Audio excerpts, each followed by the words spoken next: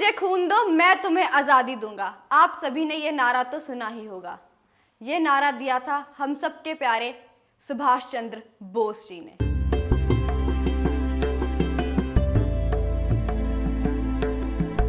आदाब, नमस्कार। मैं तमन्ना शर्मा आपका स्वागत करती हूँ WCG न्यूज़ में। आज हम बात करेंगे सुभाष चंद्र बोस जी के बारे में। इनको बचपन से ही पढ़ने लिखने का बहुत शौक था और वे पढ़ाई में भी बहुत तेज थे। लेकिन विवेकानंद और रामकृष्ण के विचारधाराओं को सुनने के बाद, उनसे प्रेरित होने के बाद उन्होंने पढ़ाई लिखाई छोड़कर देशभक्ति की ओर जाना उचित समझा।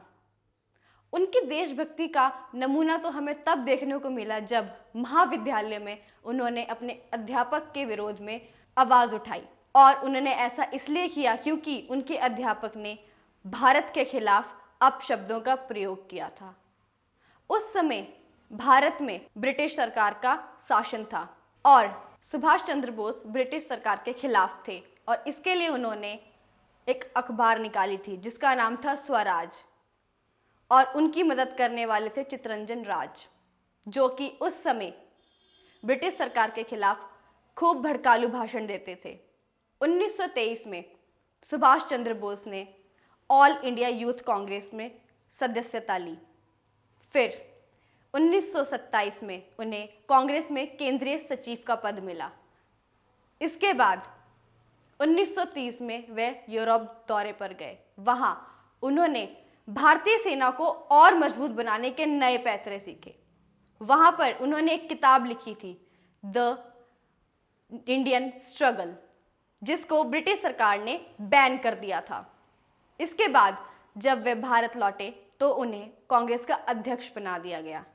लेकिन महात्मा गांधी उनकी हिंसा की विचारधारा को बिल्कुल पसंद नहीं करते थे। जब सुभाष चंद्र बोस ने यह सब सुना तो उन्होंने कांग्रेस अध्यक्ष के पद से इस्तीफा दे दिया। इसके बाद उन्होंने विश्व दौरे किए जहां पर वे भारत को आज़ाद कराने की सहायता मांगते थे। इसके बाद द्वितीय विश्व युद्ध में ब्रिटिश सरकार चाहती थी कि भारतीय सेना उनकी मदद करे, लेकिन सुभाष चंद्र बोस ने साफ इनकार कर दिया, जिसके लिए उनको कारावास की सजा हो गई। वहां पर उन्होंने भूख हड़ताल शुरू कर दी।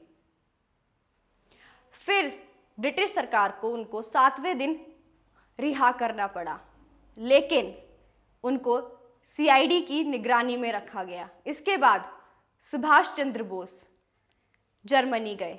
वहाँ हिटलर ने भारत की मदद करने में हामी भर दी, लेकिन जर्मनी की हार के बाद सुभाष चंद्र बोस को जापान जाना पड़ा सबमरीन की मदद से। जापान के प्रधानमंत्री ने भारत की सहायता करने में हामी भर दी। इसके बाद सुभाष चंद्र बोस ने INA, इंडियन नेशनल आर्मी का गठन किया, लेकिन 1945 को INA, इंडियन नेशनल आर्मी समाप्त हो गई। इसके बाद हम सबको एक दुखद समाचार सुनने को मिला कि 18 अगस्त 1945 को हमारे प्यारे सुभाष चंद्र बोस अब इस दुनिया में नहीं रहे। उनकी ये मौत एक रहस्य है और ऐसे ही रहस्य को देखने के लिए और जानकारी प्राप्त करने के लिए देखते रहे WCG न्यूज़। और हाँ, लाइक, शेयर और सब्सक्राइब करना ना भूलें।